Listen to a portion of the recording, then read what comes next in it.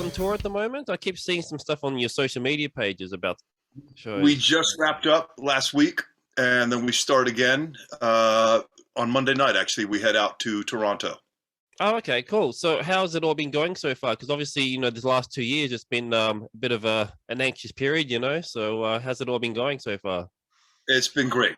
We've really enjoyed getting back out there again. It's been a long time, Mm. and I feel like the we are super appreciative, and I think the fans are just as appreciative to be able to get out there and see the music, and Yeah, we are thrilled to be able to get out there and play. And I won't say it's exactly like it used to be, but yeah. it's certainly feeling a lot more like that, and we're very pleased to say that.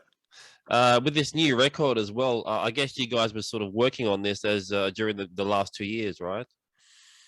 Yeah, we started writing almost immediately. Uh, and I'll tell you, I think the first batch of material we threw out pretty much in its entirety. Oh, wow. Uh, yeah, and I don't think it was because it was bad or we were dissatisfied with it. I think we realized that there was this opportunity to dig in and just try to get into some different things. Mm. Um, and I think we were successful in that in the end.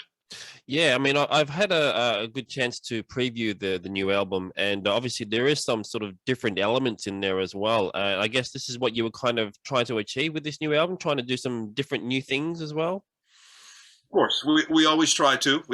We challenge ourselves. We try not to make the same record that we did previously. Yeah, Um, I think that happens on two levels. I think, on the one hand, as musicians, we sort of look back on what we did, and we maybe we try to do the opposite of whatever that was, or we try to write some stuff that's different than that.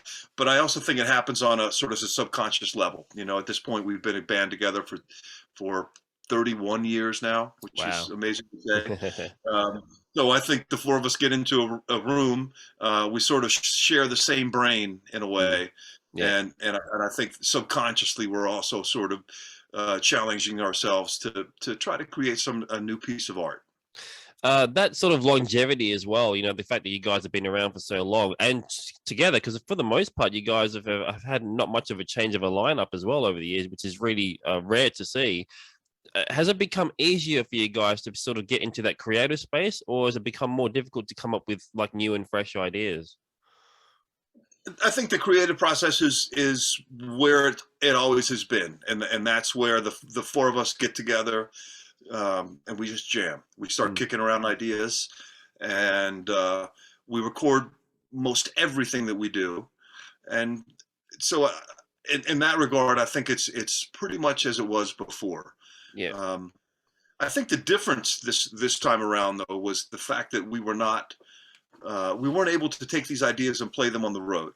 sure. We were very much a road band, and since the beginning of our writing process together, put we've always put those new ideas on stage, Mm, regardless of where they're at in the creative process. It might just be a new riff, or it might be an entire song that we think at the time is a completed thought.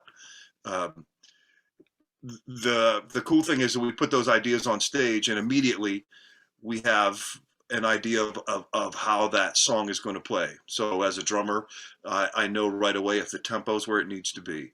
I'm thinking about how much I'm swinging that song or how much I'm playing it straight.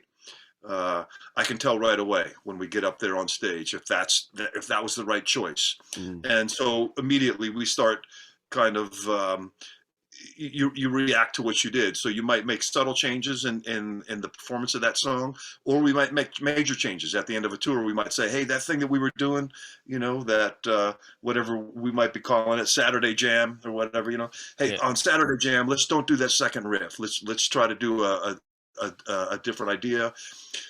Um, so we know it's almost like a laboratory in a way, the live show.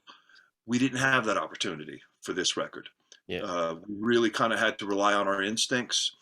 Um, and then when we went into the studio, it was very interesting as well because there were a lot of sort of open spaces, a lot of the tunes I wasn't sure exactly what I was going to play, and that was new for me. Mm. I usually have a very good idea of what we're doing because we've been playing these ideas live, you know. Yeah. So I think the record reflects that as well. That we went into some new territory, partly because we meant to do that, but partly it was just an experiment. The whole process, really. So really, the live stage is almost like a second phase in the sort of creative aspect of your writing, then. No doubt about it. And I think that comes from the very earliest days of the band, where we sort of learned to improvise. Mm. Um, you know, we came from the hardcore scene, and we weren't a hardcore band, but we sounded like one. Um, but we also had a lot of other influences, and those influences were blues influences and jazz influences, and Yeah. you know, we'd listen to Jimi Hendrix, and we listened to the Allman Brothers, and all these sort of jam bands. So we started taking chances on stage very early on, Mm. and just sort of learning to play on stage while we were doing this gig. You know, we might go off on a tangent for maybe 15 or 20 minutes and just experiment with this idea that we were doing at sound check, for example. And so I think that spirit of improvisation has sort of stuck with the band, and that is sort of the lubricant for all the ideas. We with that we're able to not be so concerned about putting something on stage or on record that's, you know, dead finished. You know, Yeah. it's a process. Yeah, and that's really the essence of any band, isn't it? Is the live aspect. I mean, I don't think, in my opinion, like you can't really sort of judge a band until you see them live, and that kind of sort of says a lot about what the band is about. I mean, like you guys definitely have a lively feel, always have in all of your albums, and it kind of comes across that way. So I think the live aspect is a crucial part of any band, I think. For sure. For us especially, you know, I feel like that's our first job. And then getting into the studio is our second job, and I think, you know, for the entirety of the band, we're always sort of chasing that recording that will come close to what the live energy is like. Yeah. You know, and through the various recordings that we've done, you know, some have gone closer or further away, but that's always sort of the benchmark, trying to achieve that same level of passion. So in saying that, then when you actually get into the creative aspect of writing stuff, and then maybe jamming it out, do you actually think about how this would actually translate to the live stage before you've actually played it live? Absolutely. That's what I'm thinking about the whole time. I'm thinking about what is going to make Neil's vocal sound the best that it can be. Yeah. You know, he has a vocal line, and I know that that's going to resonate with the audience. So it's my job to make sure that that vocal idea gets put out there in the very best way. And that goes for Dan, and that goes for Tim as well. Mm. I'm always thinking about the live show and how this song is going to play. And have you come across instances where like you come up with an idea, thought it would play out live well, and then played it live, and then it didn't turn out that well? Absolutely. Yeah, that still happens even to this day, even after Okay. songs have been recorded. I think Yeah. I could have done a much better job on that one. Yeah. But what does it say Yeah, about the song to you? Like, if it doesn't work live, does that mean that the song isn't that good to you then, or? it could be that it's not a good song. It could be that there are parts of the song that are cool. Mm. Sometimes it's just a matter of looking at the very same arrangement, you know, and just playing it a little differently. You know, so for me as a drummer, I'm very concerned with how much we are swinging an idea or how much we're keeping it straight, right? But many of the rock bands out there these days play everything quite straight, Yeah. uh, and if they do swing, it's accidental. Mhm. But if you can spend a little time trying to figure out what this idea of swing means and practice that idea, you can take a song and you can play the exact same song, but you can play it completely differently. It'll sound different to the listener, and it really has to do with the pulse that you put into that song. And so it's not to say that everything we do is going to be like totally swung. Yeah. There are degrees inside that, and I find that interesting. I find that, you know, just one little click of the degree of swing, and all of a sudden something just starts to pop. You Yeah. know, it doesn't have to be a new riff. It doesn't have to be a new arrangement. It doesn't even have to be a new tempo. It can just be just the way you're hearing that and where are you putting that beat. What about with older material then? Obviously, you've played it so many times over the years. Does that song also change as well over the time? Certainly, that's a very good question. Yeah, in the early days, I didn't have that kind of facility. I didn't have that kind of an ear. You know, if something swung, it was definitely accidental because I was trying to mimic something maybe that Mitch Mitchell had done on a record or Sure. something like that. You know, Yeah. so it was sort of it just kind of just happened. Uh, Nowadays I can look at the older material and it's still fun for me to play Mm. because I can interpret it in any way that I want.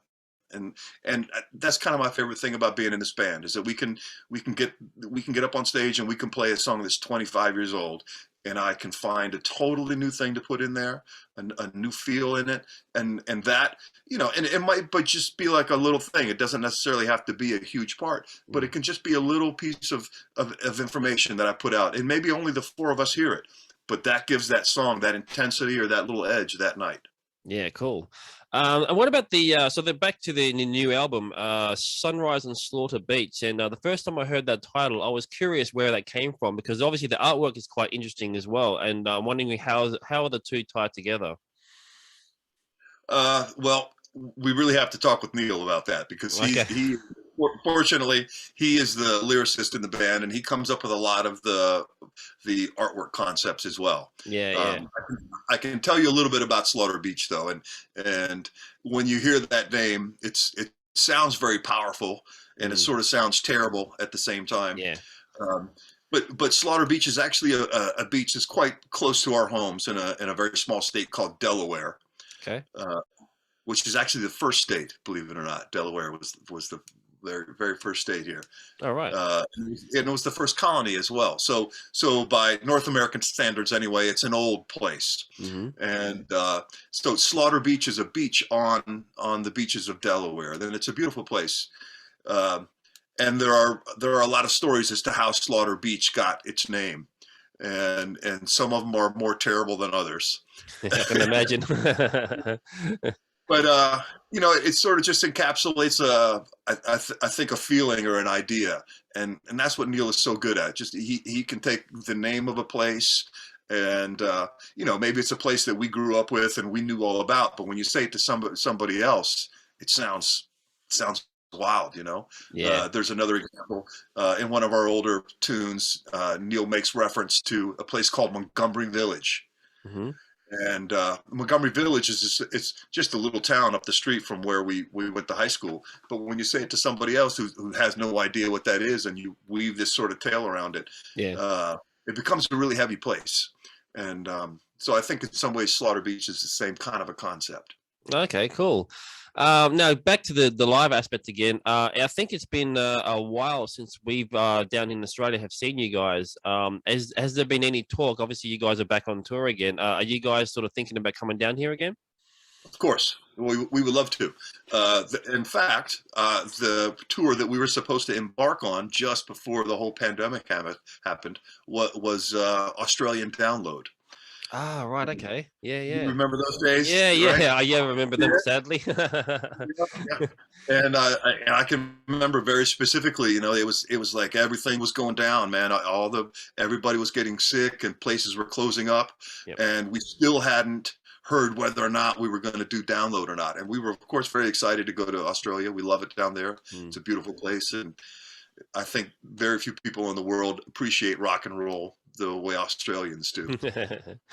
Yeah, no, we And so, love you guys down here. I've only been able to see you guys once live, sadly, and it was many years ago when you guys played at the I think it was the Soundwave Festival. Must have been a while back now, and I yeah, just absolutely loved it. You know, so just kind of hoping that you guys would be coming back over the next year or so. You know, so. I hope so.